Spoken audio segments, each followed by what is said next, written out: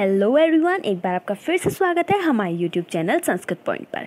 जैसा कि हम ऑलरेडी निरुक्त का प्रथम पाद जो है वो कर चुके हैं, आज हम उसका द्वितीय पाद जो है वो कर रहे हैं। कि द्वितीय पाद में क्या है, जैसे कि हम फर्स्ट में पढ़ के आए हैं नामाख्यात उपसर्ग निपात, उसी में जो हमारा चौथा था निपात, उसी को हम डिस्क्राइब डीपली पढ़ेंगे थोड़ा सा किसमें, द्वितीय अध्याय में। चलिए तो फिर शुरू करते हैं। सबसे पहले आता है, देखिए क्या कह रहे हैं वो, मूल जो ग्रंथ है उसका है हमारा अतः निपात। अब निपात का वर्णन करते हैं। निपातः मतलब निपातों का वर्णन किया जाता है। उच्चावचेष्वर्थेषु निपतन्ति, क्या कह रहे हैं कि ये निपात विभिन्न अर्थों में प्रयुक्त किए जाते हैं। निपातंती का मतलब है यहाँ पर जो निपात हैं, जिन निपात की अभी हम चर्चा कर रहे हैं वो विभिन्न अर्थों में प्रयुक्त किए जाते हैं। अप्युमर्थे, क्या कह रहे हैं, अप्युपमार्थे, किसमें, एक तो उपमार्थ में, अपि कर्मोपसंग्रहार्थे, एक कर्मोपसंग्रह के अर्थ में, अपि पदपूर्णः, और एक पदपूर्ण अर्थात पद को पूर्ण करने के लिए किसका प्रयोग किया जाता है, निपात का प्रयोग किया जाता है। पढ़ते हैं, देखिए एक बार फिर से समझिए कि अब निपातों का वर्णन किया जाता है। ये निपात विभिन्न अर्थों में प्रयुक्त होती हैं, कुछ उपमार्थ में, अप्य उपमार्थे, कुछ उपमार्थ में, कुछ निपात जो हैं वो कैसे होते हैं, जो कि कर्मोपसंग्रह अर्थ में होते हैं, और कुछ पदपूर्णः, पद की पूर्ति के लिए प्रयुक्त किए जाते हैं। चलिए आगे देखते हैं। यहाँ से हमें क्या पता चला कि जो निपात हैं वो कितनी तरह से यूज होते हैं, 3 प्रकार से प्रयोग किए जाते हैं। अब चलते हैं, अब वो कह रहे हैं कि जो हमने भी पढ़ा कि जो निपात है वो 3 प्रकार से प्रयोग किए जाते हैं। अब हम पढ़ते हैं कि जो सबसे पहला है उपमार्थ में कैसे प्रयोग किए जाते हैं। आप पढ़ रहे हैं, मूल ग्रंथ से पढ़ते हैं कि तेषाम एतत् चत्वारः उपमार्थे भवन्ति। जैसे कि हमने भी पढ़ा कि जो निपात है वो 3 प्रकार से प्रयुक्त होते हैं, और जो सबसे पहला निपात है उपमार्थ में जो प्रयोग होता है वो कितने प्रकार का होता है, चत्वारः, 4 प्रकार से प्रयोग किया जाता है।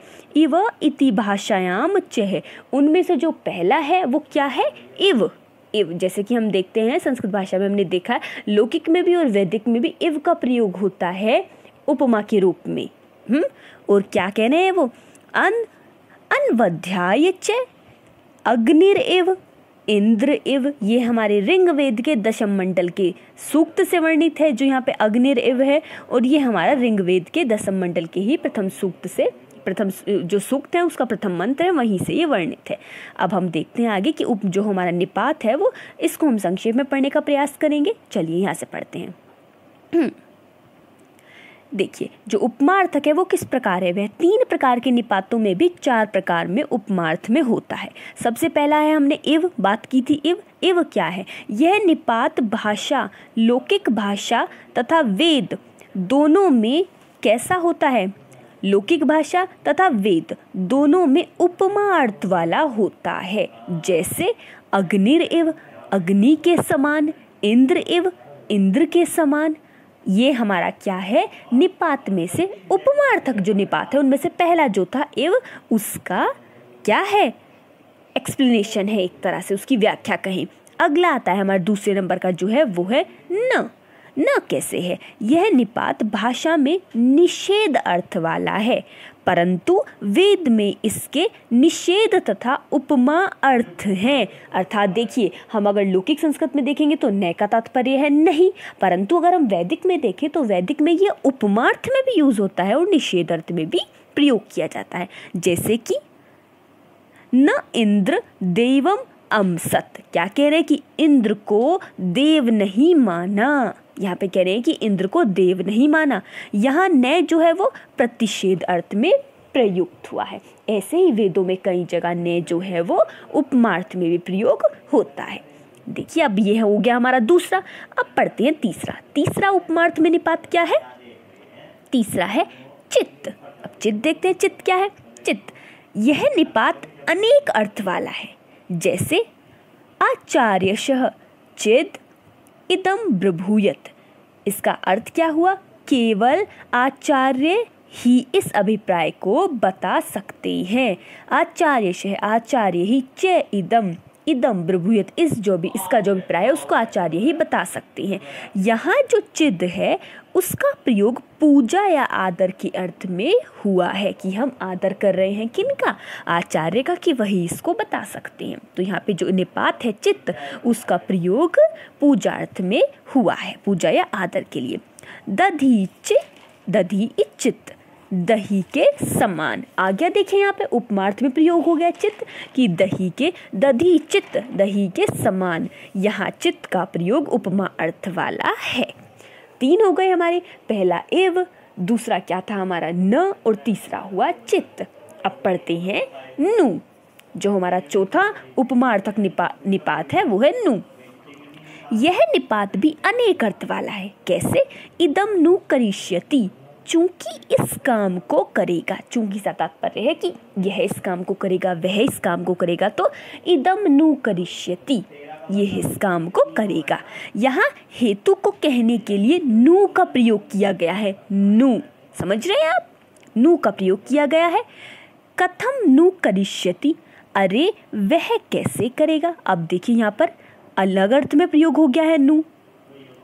पहला जो प्रयोग हुआ वो किस अर्थ में हुआ कि चूंकि इस काम को करेगा, इसलिए हेतु को कहने के लिए नु का प्रयोग हुआ। अब कथम नु करिष्यति, अरे वह कैसे करेगा, यहाँ पर पुनः प्रश्न करने के लिए भी नु का प्रयोग किया गया। वृक्षस्य नु ते पुरुष हुते है वया, यहाँ पर हे बहु स्तुत है, वृक्ष की शाखाओं के समान तुम्हारी हे पुरुरत है। क्या कह रहे हैं कि भाई वृक्ष के समान ही तुम्हारी जो है वो, वृक्ष के समान शाखाएं हैं, वृक्ष की शाखाओं के समान तुम्हारी भी हैं, तुम्हारी हैं जो शाखाएं हैं वो तुम्हारी वृक्ष की शाखाओं के समान है। यहाँ पर जो नु है वो किस में प्रयोग हुआ है, उपमार्थ में। यहाँ नु का प्रयोग उपमार्थ में हुआ है। इसी प्रकार जो हमारे निपात बताए गए, पहले निपात 3 प्रकार के बताए गए। अब उन निपात में जो 3 प्रकार में से सबसे पहला प्रकार था उपमार्थ, उपमा के 4 बताए गए। और 4 कौन कौन से थे? इव, दूसरा था हमारा, देखिए पहला था हमारा इव, दूसरा है चित्त और तीसरा है नु। ये देखिएगा आप, अच्छे से ध्यान रखिएगा।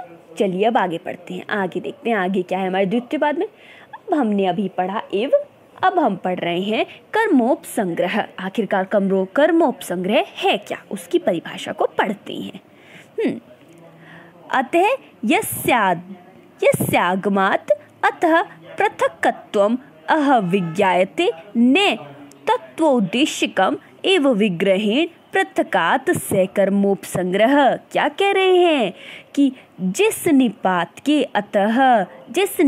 के आ जाने से क्या हो, अर्थ पृथक्त्वम्, अर्थ पृथक रूप में तो ज्ञात हो, हमें ज्ञात हो रहा है। अविज्ञायते, ज्ञायते मतलब ज्ञात हो, हमें अलग रूप में अर्थ जो है पृथक रूप में तो ज्ञात हो, परंतु क्या हो उसका, वह उद्देश्यकम का मतलब है यहाँ पर साक्षात निर्दिष्ट जो अर्थ है के समान होता है। वह जो हमारा माना कि हमें जो निपात के आ जाने पर जो अर्थ है वो अलग रूप में प्रकट हो, परंतु यह उद्दिष्ट अर्थात साक्षात निर्दिष्ट अर्थ के समान नहीं होता। कैसा नहीं होता? साक्षात जो अर्थ है उसके समान नहीं होता, सिर्फ वो आया है अलग से। क्यों हुआ ऐसा? क्योंकि वो जो हमारा अर्थ है, साक्षात अर्थ है, साक्षात उद्दिष्ट अर्थ है, वो विग्रह की भिन्नता होती है, उसमें विग्रह की भिन्नता है, इसलिए वो क्या है, साक्षात अर्थ नहीं कहलाएगा। क्या है, फिर से समझ देखिए। ऊपर इस प्रकरण में प्रारंभ में यह कहा गया है कि निपात 3 प्रकार के होते हैं, जिनमें प्रथम प्रकार उपमार्थ वाला है, निपातों का प्रदर्शन किया जा चुका है। अब दूसरे प्रकार के निपातों की चर्चा की जा रही है। इन निपातों का अर्थ कर्मोपसंग्रह अर्थात अर्थोपसंग्रह। यहाँ समझिए, कर्मोपसंग्रह को हम क्या कहेंगे, अर्थोपसंग्रह भी कहेंगे। और अर्थोपसंग्रह से क्या तात्पर्य हुआ कि ये निपात दूसरे पदों के अर्थों के संग्रहक होते हैं। ये आप याद रखिएगा कि ये निपात है ये दूसरे पदों के अर्थों के संग्रहक होते हैं। यही है हमारा कर्मोपसंग्रह। और पढ़ती है। देखिए, इस जो अनेक आचार्य हैं उन्होंने यास की जो मूल ग्रंथ है उसकी कई व्याख्याएं की हैं। उनमें से कुछ की है कि वे निपात, किसको, कर्मोपसंग्रह की परिभाषा को डिस्क्राइब करने हैं कि वे निपात जिनके समास के दो या अनेक पदों के मध्य में आ जाने से कथित अर्थों अर्थात वस्तु की निश्चितता रूप से भिन्नता ज्ञात हो, वह कर्मोपसंग्रह है। उदाहरण देखिए, उदाहरण से आप समझेंगे कैसे। जैसे ये है हमारा देवदत्त यज्ञ दत्तौ। अब देखिए इसमें जो दत्त औ आया है, इससे हमें ज्ञात हो गया है कि एक तो देवदत्त है और दूसरा यज्ञदत्त है। जैसे यह समस्त पद है, इसमें विग्रह किया जाए तो क्या होगा, देवदत्तश्च यज्ञतश्च। यहाँ पर च जो हमारा निपात आया, समझ रहे हैं आप, जैसे कि ये हमारा द्विंद समास हो गया, द्विंद समास हुआ यहाँ पर, लेकिन जो इसमें ये च आया, च, इस च से हमें ज्ञात हुआ इस च, ये जो च है वो निपात के द्वारा विग्रह करने के कारण देवदत्त तथा यज्ञदत्त दो हो गए हमारे, एक देवदत्त और एक यज्ञदत्त रूप अर्थों की पृथकता ज्ञात होती है। यह जो उदाहरण है वो हमारा विरूप समास का है। आगे देखते हैं, एक और उदाहरण देखते हैं जिससे आपको क्लियर हो जाएगा। देखिए कैसे, इसी तरह एक शेष का उदाहरण है, एक शेष जिसमें सिर्फ एक शेष रह जाता है। वहां पर तो फिर भी दो थे, देवदत्त और यज्ञदत्त, यहाँ पर सिर्फ एक शेष रह जाएगा, कौन, पितरौ। हम सबको पता है, आखिरकार एमए करने के बाद ही हम नेट की या जो भी परीक्षा दे रहे हैं, तो पितरौ का हमारा समास क्या हो जाए, समास विग्रह क्या होगा, माता च पिता च। तो यहाँ पर देखिए दो पद थे लेकिन एक शेष रह गया है, और क्या हुआ यहाँ पर, कहीं कहीं तात्पर्य की दृष्टि से भी पृथकता की प्रतीति होती है। जैसे कि अगर हम देखें यहाँ पर देखिए बृहस्पतिश्च, यहाँ पर हम याद करेंगे कि यहाँ पर जो बृहस्पति के साथ साथ प्रजापति जैसे किसी अन्य अर्थ की भी प्रतीति हो जाती है। यहाँ पर यह है हमारा अर्थोपसंग्रह या हम कहें कर्मोपसंग्रह, जिसमें जो जैसे कि हम इसके जो च है, ये जो च है ना, आप देखिए ये च हमारा क्या है, निपात है। ओके, चलिए अब आगे देखते हैं। आगे वो कर्मोपसंग्रह कोई थोड़ा सा डीपली बता रहे हैं कि कर्मोपसंग्रह में कौन कौन आते हैं। देखिए कर्मोपसंग्रह में कौन आते हैं, च इति समुच्चयार्थ उभयाभ्यम संप्रयुज्यते। अभी तो हम पढ़ के आए हैं कि च है, तो च को क्या, एक तो देखिए हमारा च है, दूसरा है हमारा व इति विचारणार्थ। जो च है वो समुच्चयार्थ में है और दोनों में भी है, दोनों में प्रयुक्त होता है। एक हमारा है व निपात, व अथवा के लिए यूज होता है ना, अथवा, या फिर हम व के लिए यूज करते हैं या तो ये या ये। तो एक ये हमारा विचारणार्थ के रूप में है, अह इति च हाँ, जो इसमें अह में है इति च विनिग्रहार्थ्यो पूर्वेण संप्रयुक्त। किसी भी ग्रह जो हमारा विग्रह है उसको पूर्ण करने के लिए हम इस निपात का प्रयोग करते हैं, किसका, इति च। अथापि उकार एतस्मिने वार्थे उत्तीर्ण। अभी समझने का प्रयास कीजिएगा, कंफ्यूज मत होइए, अभी आगे समझेंगे। आपको लगे कि इतना ही है, नहीं, अभी हम सिर्फ ये देख रहे हैं कि कौन कौन से निपात आए हमारे, च व अह और अथापि। अब इनको हम समझते हैं कि आखिरकार वो कहना क्या चाह रहे हैं। चलिए देखिए, समुच्चय अर्थ वाला च हमने पढ़ा था अभी, च समुच्चय अर्थ में, समुच्चय अर्थ वाला च कभी कभी दोनों में समुच्चयमान शब्दों के साथ प्रयुक्त होता है। जैसे अहम च त्वम च, हे वृहतांत मैं और तुम, दोनों में प्रयोग हो गया। इसी समुच्चय अर्थ में देवेभ्यश्च पितृभ्यश्च, यहाँ पे देवताओं तथा पितरों के लिए अकार का प्रयोग हुआ है। समझ गए आप? चलिए अब देखते हैं व निपात कैसे हुआ हमारा। व का प्रयोग हुआ है, जो व निपात है वो हंताह और पृथ्व्याः, ये हमारा एक क्या है, सूत्र है, उसे कहा गया है कि अरे इस पृथ्वी को यहाँ उठाकर रख दूंगा, या वहाँ या आया, ये या का तात्पर्य यहाँ व है। ये जो व निपात आया ये यहाँ पर आया या के रूप में, यहाँ रख दूंगा या वहाँ रुक दूंगा, ये हमारा व निपात हुआ। यहाँ संदेह एक प्रकार का अनिश्चय अथवा विकल्प के अर्थ में तथा आयुर तथा व त्व मानुर व त्व वायु और मनु तुमको इस मंत्रांश में समुच्चय अर्थ में प्रयुक्त हुआ है। समुच्चय मतलब तुम दोनों एक साथ प्रयुक्त हो गया और वो वहां पर अथवा रूप में प्रयुक्त हुआ था। आगे पढ़ते हैं।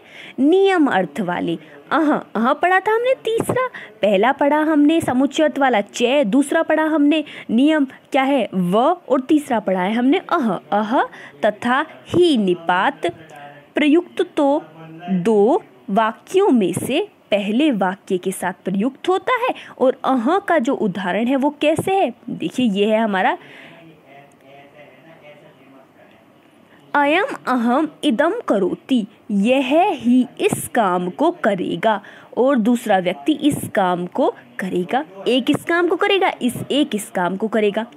तथा हाँ का जो उदाहरण है ये हमारा किसका हुआ, अहम क्या है अह का उदाहरण हुआ हमारा ये कि ये इस काम को करेगा और वो उस काम को करेगा। अह का उदाहरण है हमारा ये वाला कि ये इस काम को करेगा और वो इस काम को करेगा। अब नी का उदाहरण देखते हैं, ये था हमारा नी का उदाहरण। नी का उदाहरण देख लीजिए आप, इदम ही करिष्यति इदम न करिष्यति, यह इसी काम को करेगा वह दूसरा इस काम को करेगा। इस तरह से ये हमारा ई के रूप में प्रयोग हुआ है। तो आप समझ गए कौन कौन सा प्रयोग हुआ है। एक आता है हमारा इसी अर्थ में ऊ भी है। ऊ क्या होता है, दो वाक्यों में से दूसरे वाक्यों के साथ प्रयुक्त होता है। दो वाक्य है हमारे पास, दो वाक्य और दूसरे वाक्यों में दूसरे के साथ प्रयोग होगा। अभी देखते हैं, एक बार समझ लेते हैं। हमारी जितनी लाइनें हमें अच्छी अच्छी मिल दी जाए हमें उन्हें अच्छे से कैप्चर कर लेना चाहिए। समुच्चय अर्थ शब्द का विग्रह है। समुच्चय अर्थो यस्य से समुच्चयार्थ, अर्थात चय का अर्थ है दो या दो से अधिक वस्तुओं को एक साथ प्रयुक्त करना। अपनी समुच्चय अर्थकता के कारण च को कर्मोपसंग्रह निपात माना जाता है। मेन इंपॉर्टेंट हमारा च ही है। च पूछेंगे वो कौन सा है तो आपको याद रखना है च हमारा कर्मोपसंग्रह निपात है। चलिए आगे देखते हैं। व को डिस्क्राइब किया है उन्होंने। व को कैसे डिस्क्राइब किया है, देखिए कि यहाँ व दो अर्थ विकल्पों में प्रयोग किया गया है। कैसे, दो अर्थ विकल्पों में कैसे, तथा सामुच्चय का प्रदर्शन करते हुए दो उदाहरण दिए गए हैं।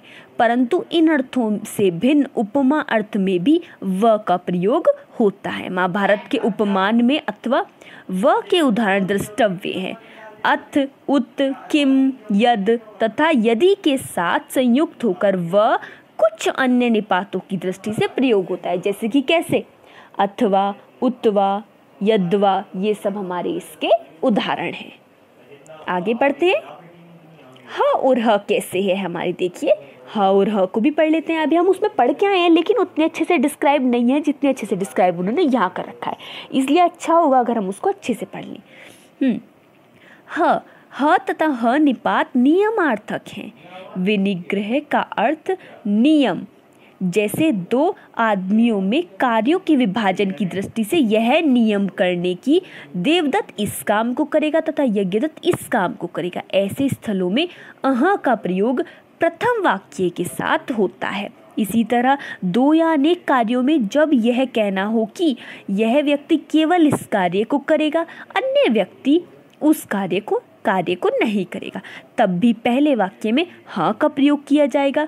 ऊपर दोनों के उदाहरण दिए जा चुके हैं। हम ऑलरेडी अभी पढ़ के आए हुए हैं कि कहाँ ह का प्रयोग होगा और कहाँ पर अह का। याद रखिए, जहाँ पर दो की बात की जा रही है वहाँ पर अगर हमें कहना है ये व्यक्ति इस काम को करेगा और ये व्यक्ति इस काम को करेगा, जो हम पहला व्यक्ति है उसके लिए हम अह का प्रयोग करेंगे। और अगर हमें कहना है ये व्यक्ति इस काम को करेगा और ये व्यक्ति इस काम को नहीं करेगा तो वहाँ पर हम हाँ का प्रयोग करेंगे। ये हमारी इस प्रकार से दो निपात हो गए।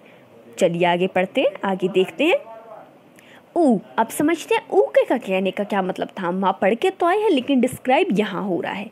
अह तथा ह के समान ऊ भी नियमार्थ वाला होता है, परंतु ऊ का प्रयोग वस्तुतः वाक्यों में अह तथा ह के समान पूर्व वाक्यों के साथ ना होकर बाद वाले वाक्यों के साथ होता है। जैसे हम उसमें पढ़ के आए हैं कि पूर्व में होगा परंतु इसमें बाद में होगा। समझ रहे हैं आप। इसी प्रकार से ये हमारे निपात के कर्मोपसंग्रह के निपात थे। सभी अन्य कुछ निपात उन्होंने बताए हैं जिनको हम पढ़ लेते हैं, लेकिन अगर आप इतना पढ़ेंगे तो डेफिनेटली आपको प्रश्न मिल जाएगा। बट हम एक बार फिर भी पढ़ लेते हैं। कैसे हैं, देखिए कि ही इत्येषो अनेक कर्मा, ही जो है हमारा वो अनेक कर्मों में प्रयोग होता है।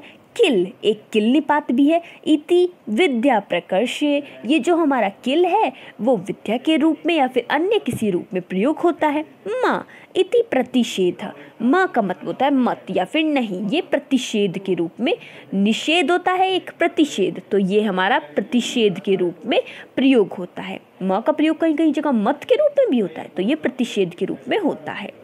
शाश्वत, एक शाश्वत भी है, इसका प्रयोग विचिकित्सार्थ्यो भाष्याम, इस रूप में किया जाता है। तो ये आप इनका नाम याद रखेंगे तो भी सही रहेगा कि ही, किल, माँ और शाश्वत, ये शाश्वत है, ये हमारे क्या है, निपात है। कर्मोपसंग्रह निपात कौन कौन से थे, उन सबको याद रखिएगा कि हमारे ह, अह और क्या च, ये कर्मोपसंग्रह निपात है। और उपमार्थक निपात कौन से थे, इव, इव था।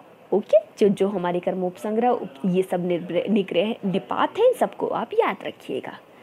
चलिए, आशा करते हैं आपको वीडियो पसंद आई होगी। कोई भी आपको परेशानी है तो आप बेफिक्र निसंकोच कमेंट सेक्शन में लिख करके पूछ सकते हैं, हम पूरा प्रयास करेंगे आपको उत्तर देने का।